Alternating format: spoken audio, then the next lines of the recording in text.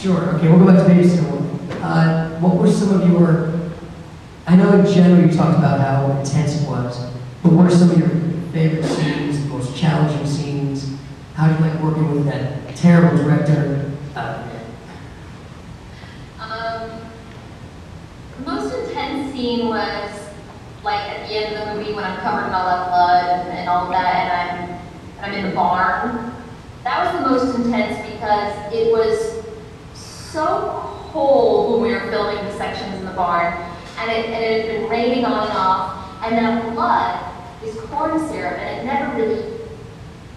It's made of corn syrup and food coloring and detergent, so it never dries and it's really sticky. So it's really, really, really uncomfortable. And so combining like the extreme cold, and I'm one of those people, I grew up in Los Angeles, so I'm really bad in cold weather. I'm a real baby.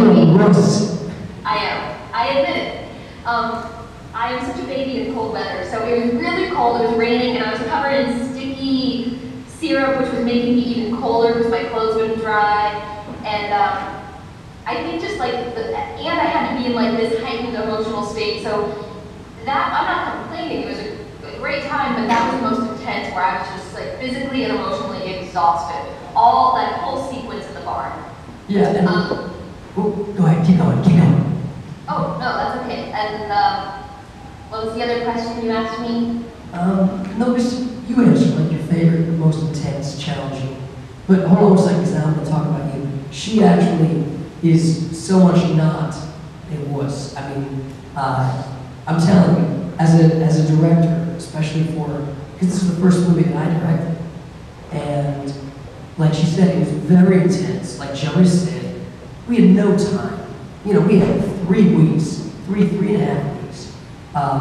Very intense shooting. I mean, we saw the movie. We threw everything at her. We beat the crap out of her, and I was incredibly fortunate to be able to work with somebody as brilliant. Seriously, I mean, just as she did everything that I needed her to do, and there was very little that I had to do in terms of working with her and guiding her.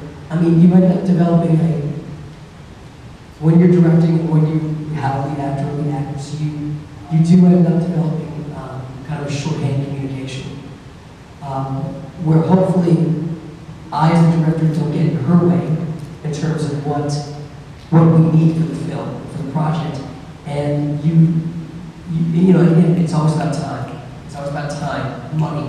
The more time, especially when you're shooting on a film, you are bleeding cash for your investors. So you have to be able to work really well together, really fast. And I could not have asked for a better actress for this part. And we knew it. We knew it when from Sarah's first audition for the part. And actually, I think we made you audition like 4 or 5 times. I actually think I have to jump through a few more hoops than I said. I knew that Jonas and I wanted. We literally, she read for the first time, and Jonas and I immediately, like afterwards, after she left the room, went, that's it, we're done, we know what we want. But when you're doing your first movie as directors, you don't get to make all those decisions. You know, maybe in the 3rd or 4th movie, you've got a track record, people trust you. But on your first movie, they're not going to give you that much power. So that's why she had to keep coming back, because there were 3 or 4 or 5 producers that all let go. Okay. But we knew from the beginning that we wanted you.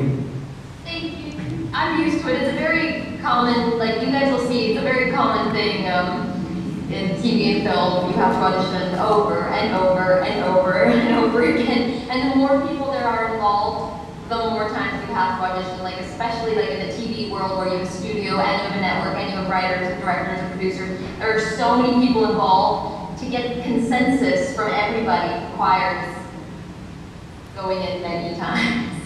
And I mean, so, but that brings up a good point, because you're talking about auditioning for television, for film. When we're dealing with episodics, it's really not like that, right? In terms of, it's a show that's already on the air, coming in as a guest star, what is that like? Oh yeah. Auditioning for a guest star is a more simple process. It's basically, when you audition for a guest star, it's basically up to the director of that episode and maybe the producers as well. That's always a very unique experience because you're coming on to a show where they have a rapport and everybody knows each other. They've been working together sometimes for years, and so you feel kind of like the new kid in school, kind of like the outsider. I've been really lucky in that all the guest stars I've done, everybody's been really welcoming, and they're excited to kind of have somebody new on the show. But that's a much more simple process than, say, you're auditioning to be a series regular on a show, which is just kind of a nightmarish process. I mean, it just seems never ending. What was it like when you did do Seventh Heaven? I mean, was that the process? I was actually really lucky on Seventh Heaven because I joined the show as a guest star. So I had one audition. I auditioned for like a couple of producers and I got a guest star on the show. And I did my episode and they liked me, I guess. So then they said, oh, we want to write you on permanently as a series regular. And because the network had already seen my episode, that was kind of like my screen test. So that was that. So I became a series regular, only having to audition one time for a guest starring role. And you know what's really funny, actually, is that audition was last minute. I woke up that morning and my agent called me and said, I have a really last minute audition for you. I'm really sorry to give you no notice. Like, can you go audition for Seventh Heaven in like 2 hours? And I'm the type of person that really likes to prepare. And in my mind, I think, oh, I need tons of time to prepare. I can't possibly get a job without any preparation. And I was sort of just forced to wing it. And I went in and I was like, okay, I'm just gonna do the best I can. I wasn't able to do my normal process, and then I got that job, and it turned out to be like a 2-year-long job. So you kind of never know how things are gonna come about.